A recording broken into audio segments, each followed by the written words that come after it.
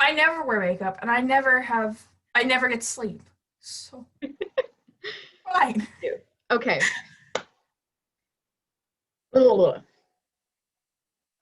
For the introduction, you're going to need to state your name, your major, your year, and where you're from. Have you started recording? I did. Ah. Hi, library. Hi, Dr. Bartlett. Hi, everyone. My name is Amanda Bultemeier. I don't know if I have to just state my age, but I'm 19. I'm from Fort Wayne, Indiana, and I'm a dietetics major, or a pre-dietetics major. I'm technically not in the major yet, but we're working on it. I gotta apply by the end of the spring. But I'm a sophomore here at Ball State. Awesome. Okay, so just for a little bit of context, let's talk about how you came to be in the class and just how you felt walking in before having gotten anything. Right. So, and I just want to make it clear, my interviewer and I are friends. And what happened is, in the middle of, what was it, June, we were supposed to be in Honors 203 together with our Honors 201 and 202 professor, Dr. Lori Kathleen Limberg. And she ended up not being able to do the semester because of COVID and some other things. And so they disbanded our class, and we had to find an honors class that fit into our schedule, and none of the other 203 classes fit. And I still wanted to see my friends, because at that point we were really close, and I had a lot of really close friends, and one of them became my roommate, one of them became my second roommate, but that's a story for another time.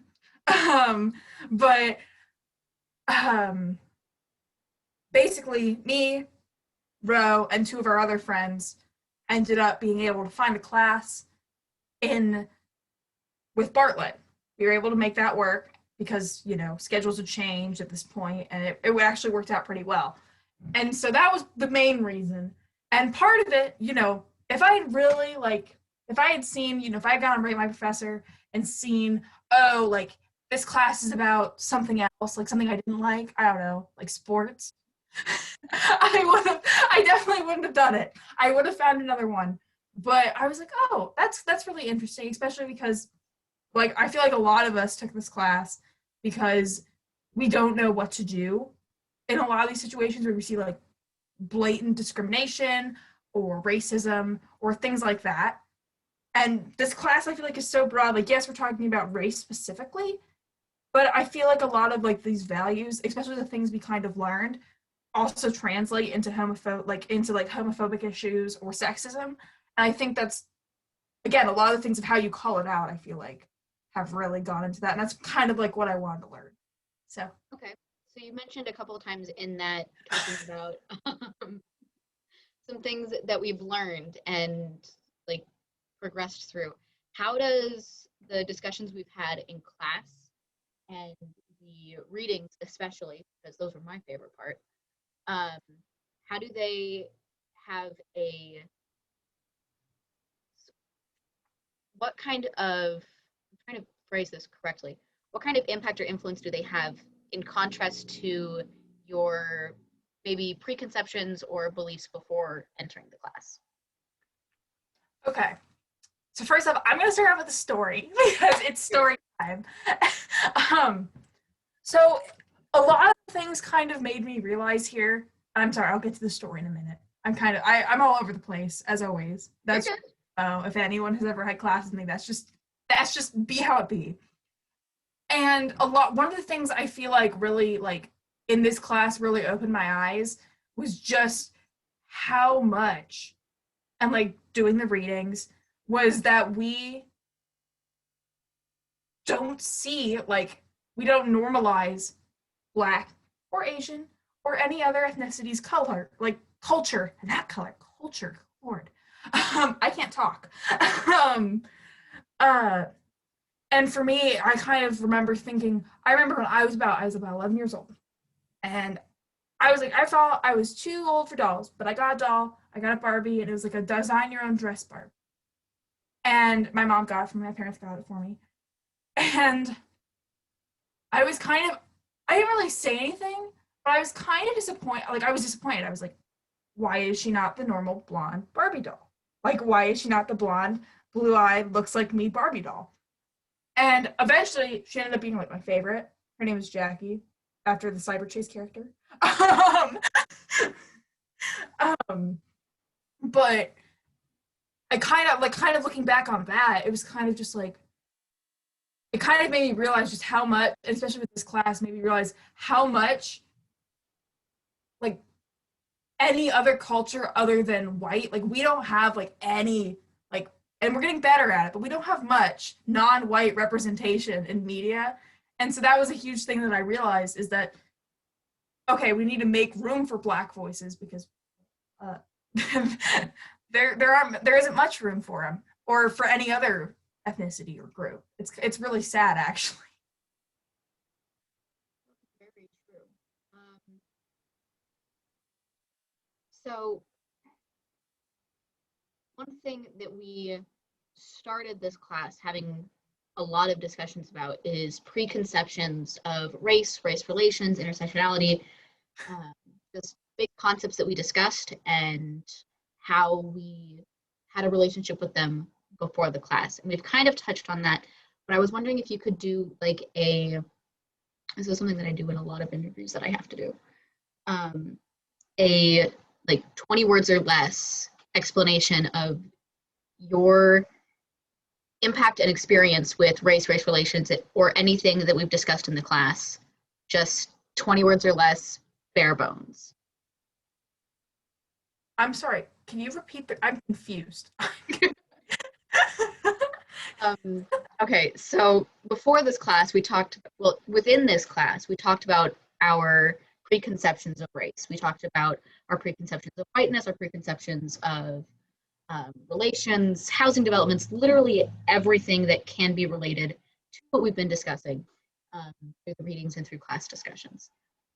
We talked about what we believed beforehand, and in all of our reflections along the way, we talk about how has this changed my perception? What did I think before? What do I think now?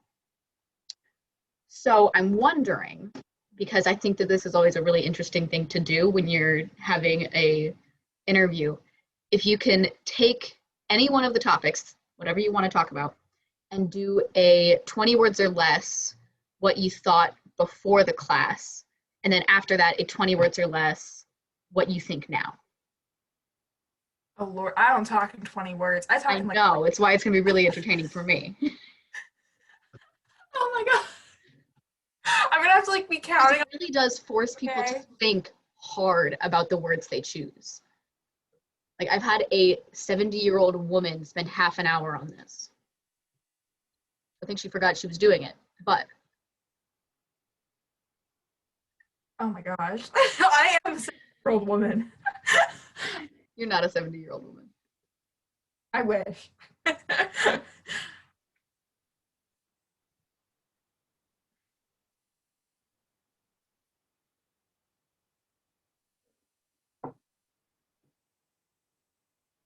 Okay, so for my past, I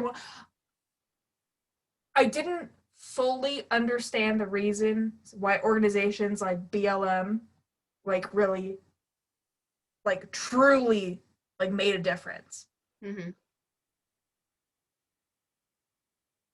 I'll elaborate that when I get more than 20 words. The next step is letting you elaborate, so it's okay. Fabulous. So my what I learned, I guess, would be how to amplify Black voices and other POC voices without overstepping on their voices. Again, I feel like we need to amplify. Sorry, that's more than 20. Okay, yeah, no, those are really good. You can now feel free to elaborate. Okay, so like again, something I talked about the Barbie doll. It's not that my parents were not like my parents. We didn't discuss race. Like again, I never grew up in a household where people were like just hated on for what their color of their skin was. That was not how I was grown up. It was just I was never really exposed to it. I mean, I'm from Fort Wayne, Indiana, in the suburbs, and like I'm in the suburbs. I'm over. Okay, I went to Homestead High School. We're pretty white there. We've definitely gotten better, and I think we've definitely gotten more like we have definitely gotten more inclusive at Homestead. I guess I don't go there anymore, but we have, or at least we did senior year. You know, we had an Asian American club, which my best friend Cheng Yu, love Cheng Yu.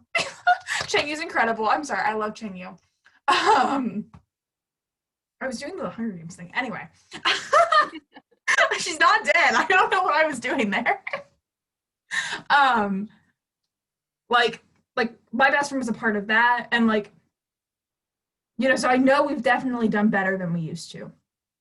But I never really like coming into this class, and I think another one of the reasons why I was eye-opened was I was in Honors 189 with Powell, who talked about Latin America and basically the US's involvement in Latin America and Central America. It wasn't Latin America. Well, yeah, it was Latin America, but mostly Central. It was basically Central America from the 1950s to like the 90s. And it was basically talking about the US's involvement, which wasn't great. It was not good. It was pretty nuts. And so I didn't really, I don't know about you. I don't remember touching, I was in AP World. I don't remember touching about anything like that. And so I feel like because there was, and I talked about earlier with my Barbie doll example, because mainstream media doesn't really show it other than caricatures really of it, and mainstream history books. I mean, Ro, you went to high school. Did you, now this is becoming your interview, did you like have books that were like, did you talk about them at all? Like, did you talk about anything that wasn't from the white European or the white American perspective? I actually went to an incredible high school that was very. I know Heron's incredible. Yeah. I wish I went there. Several units that were focused on pushing through different ideas and elaborating on aspects of identity. We read Things Fall Apart. We read Openly Straight. We read, oh goodness, there was another really, really good one that shattered some people's worlds. But I do think that my high school did a pretty good job incorporating diversity, but it definitely was only in the English classrooms, not in history. Yes. I would say my English classroom was also pretty like progressive. Miss Witt, we love her. She was my sophomore English teacher. And another thing that happened in high school was we were talking about some poor town. I think I used the term ghetto. And she looks at me, short, this 5-foot white lady, like, you know, the short like lady. I'm taller than her by several inches. And she was like, no. She's like, we do not use that word. Like she and the word ghetto? Yeah, the word ghetto. Because it has racial connotations. I have not used it since, for the most part. Like, I don't think I really don't remember using it. And if I do, I immediately correct myself. It's not as bad as the N word, for sure. It's definitely not. But I grew up in the ghetto. What? I grew up in the ghetto. Like, I think it's the racial ghetto background right here. It's probably the racial connotations of it. I don't know. But she got really mad at me, and that kind of really opened my eyes. So it was probably 10th grade. Wow. And I don't know. I just kind of started paying more attention to voices, like, you know, voices that weren't mine. I kind of ended up, and I think part of it is like, I'm reading stuff like Raisin in the Sun, favorite play of all time. Oh, so good. Love it. Anywho, I think as things moved on, I just kind of diversified more. I don't even know where I'm going with this. I'm just telling my life story. It's okay. Rambling is one of the reasons that interviews become really cool, is because people say things that they didn't plan on saying, and that in their initial thoughts and answering the questions weren't in there, but it comes out anyway. And sometimes it's relevant and sometimes it's weird, but you know, that's like just good. Things like that. I'm so sorry, I did not mean to cut you off. I apologize. No, you're good. I do that a lot too. I feel so You're bad. the one that's supposed to be talking, so. I know, but I like talking to you, bro. Talking to you. Bartlett's just gonna. To anyone watching this, hi library. I'm sorry. Ran away. We're doing great. I don't even know where I was. It was just, I think it was kind of the culmination of everything. Just small things kind of changed my mind. Again, Jason Powell, like, kind of really got me on this track, man. Like, with, like, especially with Central America. Mm-hmm. I feel like movements, like, obviously Black Lives Matter is very prominent right now, and a lot of people are giving me a lot of recognition. And I really think that we also need to give Asian American organizations or specific, specific parts in the Asian community, Mm-hmm. or, like Hispanics and their subdivisions. Like, we need to keep, like, raising awareness, I think, is my big thing. And I'm very glad that BLM, and we definitely need to do more. I don't even know where I'm going, but we need to do more. Obviously, we need to help. And I'm glad that we've gotten that awareness for BLM and other organizations. I think that would be the word. But we're definitely not there yet. Hi. I don't know where I'm going. We were talking about history, and then yeah. I can steer this in a direction. And these are actually going to be a couple questions pulled straight from the interview guide. Previously, I've been taking suggestions and running with them. But you did mention the Black Lives Matter movement. You've mentioned other organizations that may not be quite as prominent and that they need to be. So I'm going to start with just in general, how have the events of 2020, pandemic, uprisings and activisms, the election, or other current events shaped your perception of racism and anti-racism in the US? Oh, it's definitely shaped it. I mean, not even just 2020. Ever since Donald Trump became president of the United States. Ooh. Again, that's one of my really big turning points. I don't care. I'm going to say it. Donald Trump has put up, like, a divide in this country. You can't deny that, no matter what side you lean on. But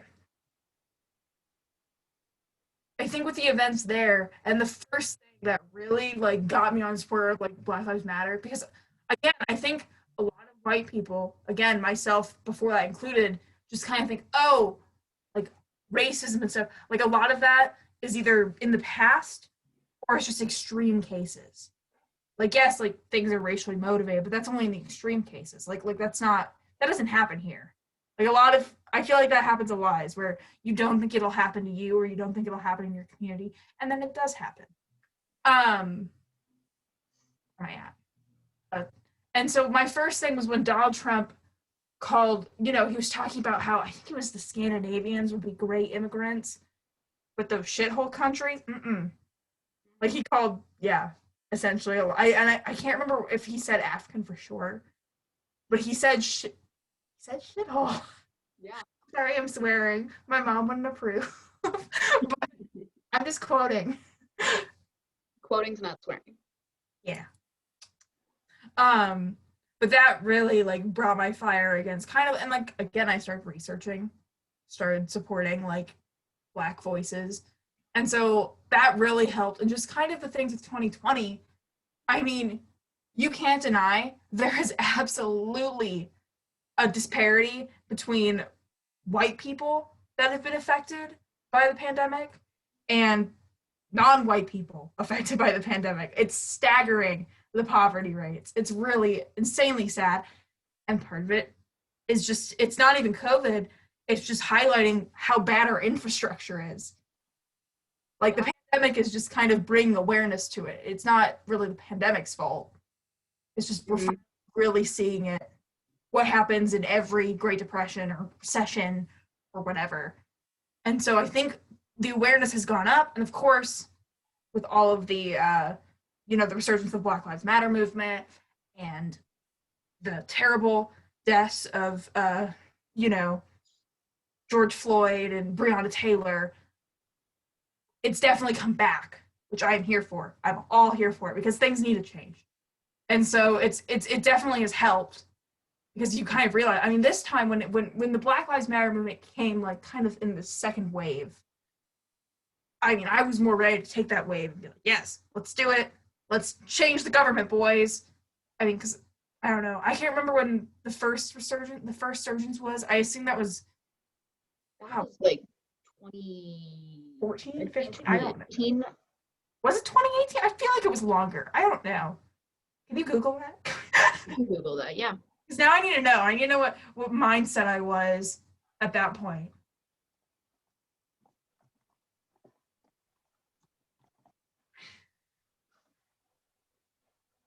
July 2013 was. I thought it was 20. Hey, I said 2014. I was close. Yeah, no, and I was at 12. I was dumb. I didn't know anything. I was in middle school. Oh, wow. It was that long ago? I know this whole case, but I thought it was way more recent. Wow. Which one? The movement began with after George Zimmerman was acquitted after he shot Trayvon Martin. Trayvon Martin. Yeah, Trayvon Martin was. I thought that was way more I recent. just couldn't remember when it was. Wow. Yeah, no, I was 12. I was dumb. I was like, 12 and I was stupid. So it's definitely changed. Like, again, I am all for, yes, we need to change the government. We need to change how the system, like how our political system, how our belief system, like in these people, like it's got to radically change. That's it. Wow. Okay. Yeah. If we're talking about systems that need changing, I do want to focus it in a little bit. Oh no. Because we are but two individuals in but one class at but one university. One state, in one country, in one world, in one planet. Oh, we're not going that far. We're stopping at university at the moment. We'll get to country and world when I've got my degree. Especially in light of some of the more recent happenings on our campus, do you think that Ball State does a good job creating a culture of belonging? If so, why? If not, why not? And even if you think that they do a good job, do you think there's room for improvement? If so, how? Oh, there's always room for improvement. You can never be perfect. I mean, especially when it comes to something like this, there's always going to be, I feel like no matter what we do, there will always be at least one bigot. There's always going to be someone who's going to be a racist or both.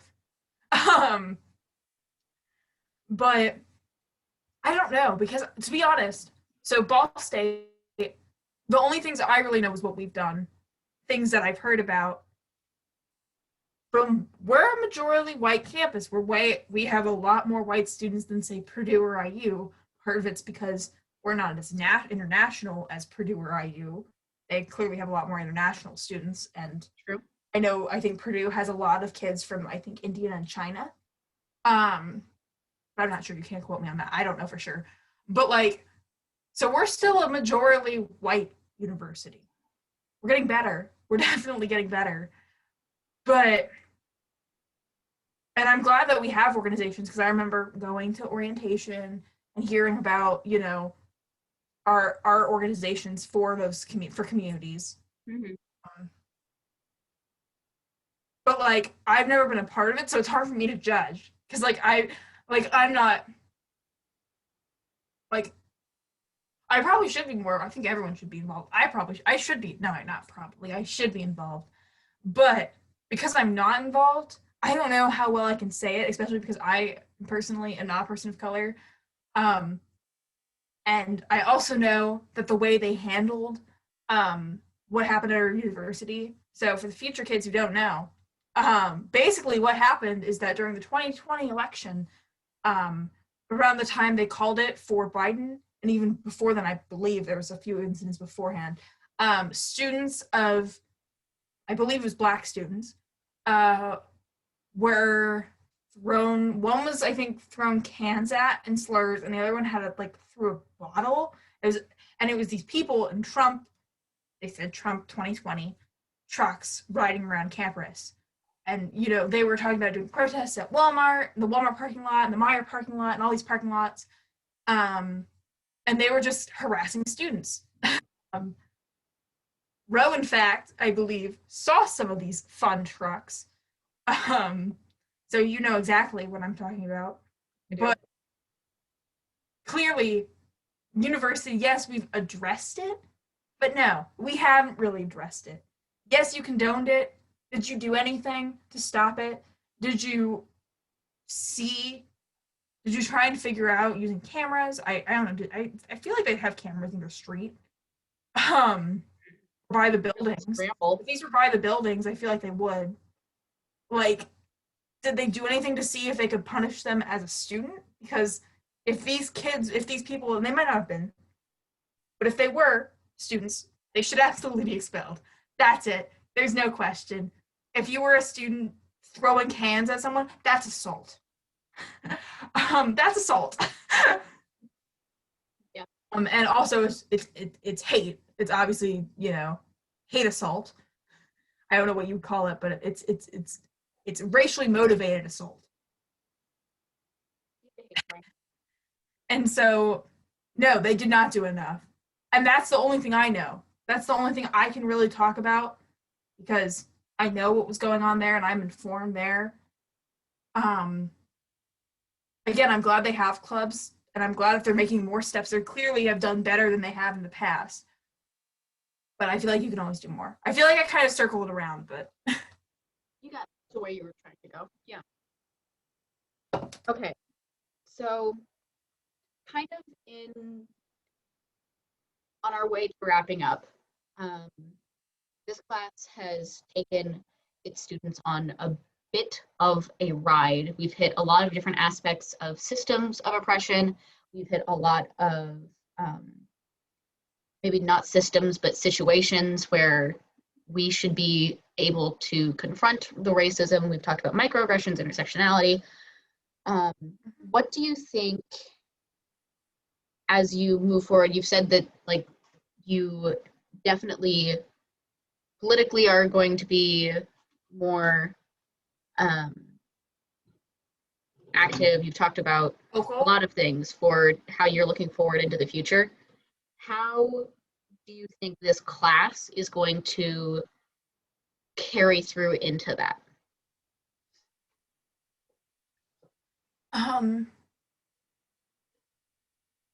I think probably, and the thing that's gonna carry through with me most is we had to do a reading resource for the Intersectionality Council off the Intersectionality Council website, and we had to pick a resource and write a review about it.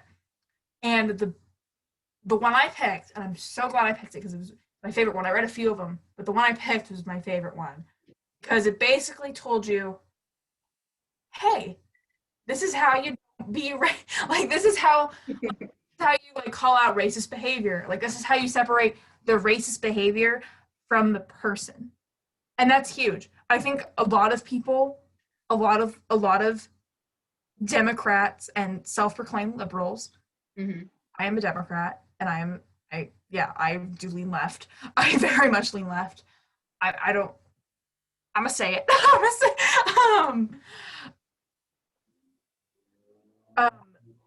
They like to just call them racist and they don't educate. They just say, oh, you say this thing's you're racist.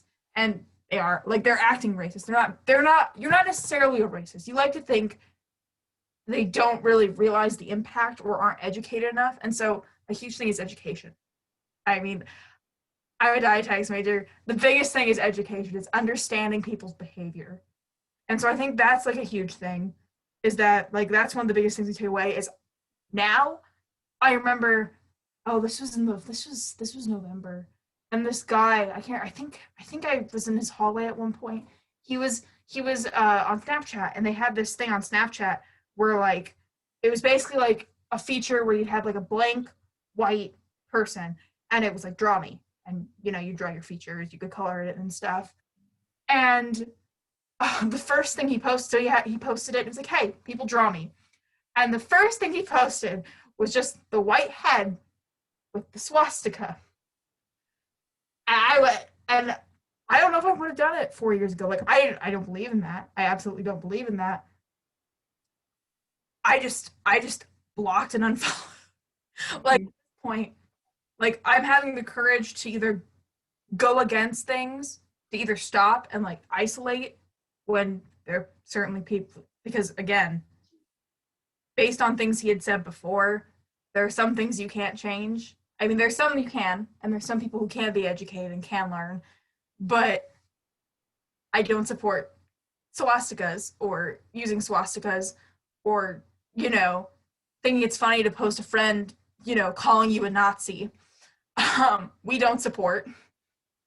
And so I know when to cut the brakes, and I know when to educate. Because like one of the biggest things for me is my best friend Ching Yu, who I talked about earlier, we love her, went through a friendship in which, you know, she's telling me afterwards, and it kind of made me realize how much we've like normalized this terrible behavior for minorities. And she was telling me, she was like, yeah, she was like, my friend, you know, we're going through hard times. And she goes, one time, and she didn't even think it was a big deal. She's like, I kind of shrugged it off.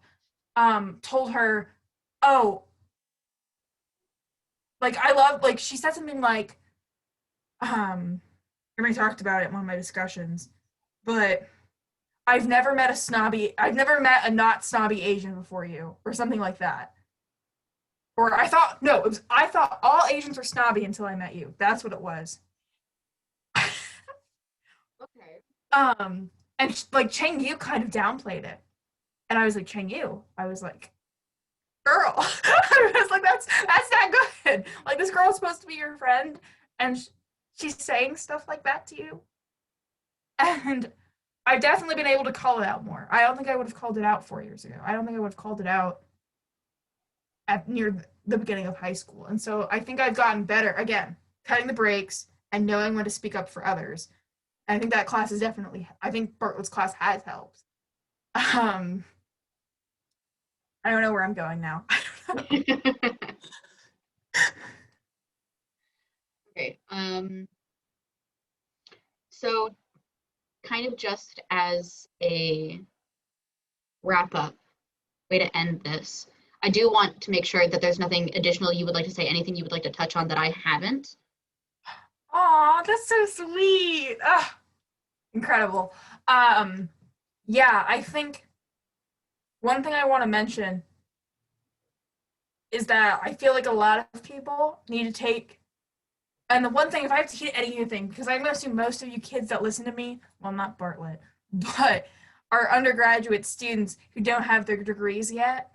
And if you are not taking, you know, if you are not an AFAM major or an Asian American major, like an Asian studies major, or any other type of racial major, like where you study race or a certain race, please take in consideration in your job how often people of color aren't believed for when they feel pain or other things. Like, take in consideration, like, that's gonna be a big thing that I take away, is that I'm a dietetics major.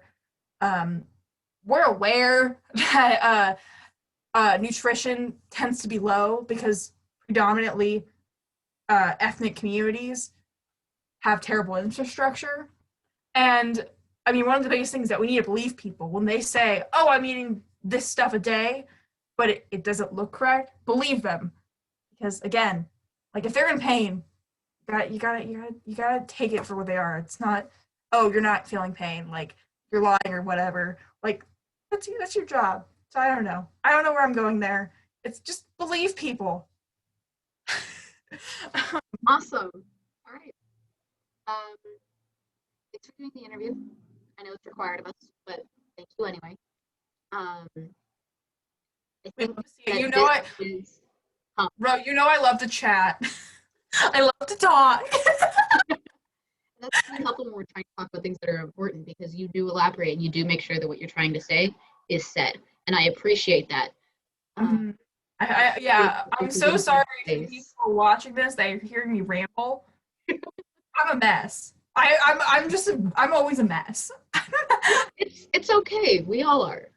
I do think this is a good place for us to wrap up, so I'm going to go ahead and stop recording, and we can move on from there.